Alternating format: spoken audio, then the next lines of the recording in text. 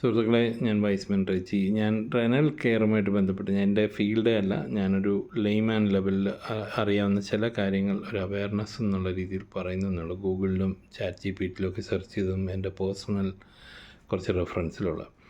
Actually ഇത് ഈ പഴയ കാലത്തെ ഒരു ഇതെന്ന് പറഞ്ഞു കഴിഞ്ഞാൽ നമ്മൾ ഇത് കിഡ്നി ട്രാൻസ്പ്ലാന്റ് എന്ന് പറയുന്നത് വളരെ കോസ്റ്റ്ലിയും, അതുപോലെ ചെയ്താൽ അതൊരു ഫോറിൻ പാർട്ടിക്കിൾ ബോഡിയിൽ വരുന്ന പോലെയുള്ള ഒരിതാണ്. അപ്പോൾ അതിലൊത്തിരി ഫെയിലിയറായിരുന്നു, ഒത്തിരി ക്ഷീണം.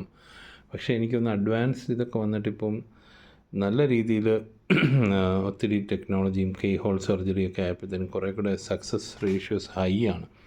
അപ്പോൾ അങ്ങനെ വരുന്ന കേസുകളിൽ ഫിനാൻഷ്യൽ ഇതുണ്ടെങ്കിൽ അതിന് പോകണം എന്ന് തന്നെയാണ് കാര്യം. ഡയാലിസിസ് ചെയ്യുന്നത് വളരെ പെയിൻഫുൾ ആക്ടിവിറ്റിയാണ്. ഒട്ടും ഗതിയില്ലെങ്കിലേ ഡയാലിസിസിന് പോവുള്ളൂ.